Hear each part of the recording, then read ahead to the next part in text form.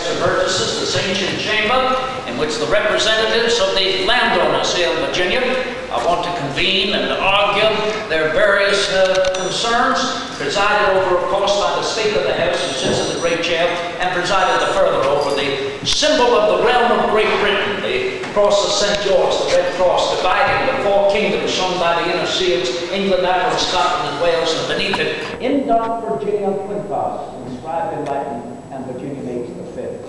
Indeed, I'm happy to introduce to you my good friend, my fellow Burgess here in this chamber, Mr. Patrick Henry of Virginia, and myself, Mr. Thomas Jefferson. Perhaps you've heard of what occurred in Boston Harbor last December, did you not? We have a Boston Tea Party. Tea Party, indeed, perhaps more for the fishers.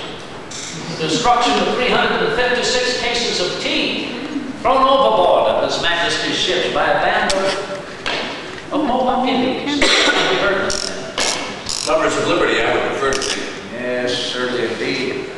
And we wonder why.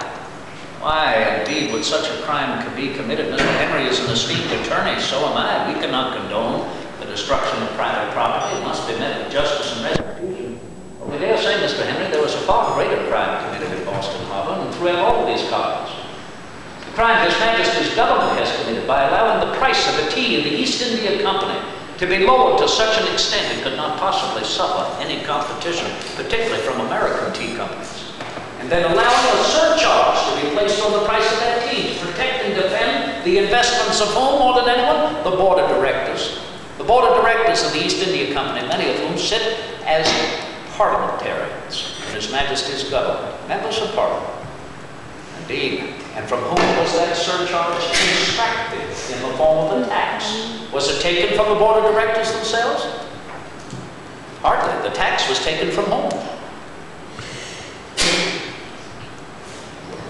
The people in Massachusetts Bay, the people in Virginia, all throughout these colonies, without our consent. Oh, I can tell you that this so angered His Majesty's government, perhaps the realization that we had known what has been at the very core of the